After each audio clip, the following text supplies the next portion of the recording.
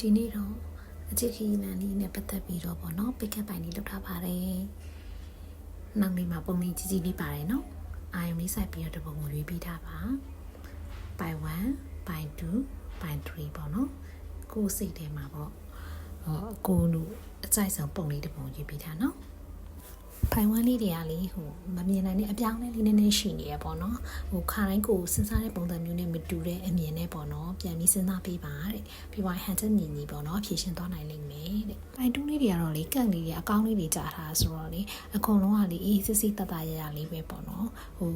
နောက်ဆုံးမှာပေါ့နော်ဒီလိုမျိုးပြည့်စုံတဲ့ဟာမျိုးလေးတွေ့ရတယ်သူများတွေအောင်ပြန်ပြီးအားကြရမယ်ပုံပေါ့ကဲပိုင်3လေးတွေကကြတော့စိတ်မချဘူးအတင်းနေဖန်ဆုပ်ထားတာမရဘူးတဲ့ဒါပေမဲ့လေသူကကြတော့လေအကုန်ကောင်းတဲ့ဘက်လေးသွားထားတယ်ပေါ့နော်အဆင်ပြေမှာပါကျေးဇူးတင်ပါတယ်ရှင် energy လေးကြိုက်ကြပါစေနော်YouTube လေးကိုလည်း subscribe လေးလုပ်ပေးပါအောင်ရှင်ကျေးဇူးတင်ပါတယ်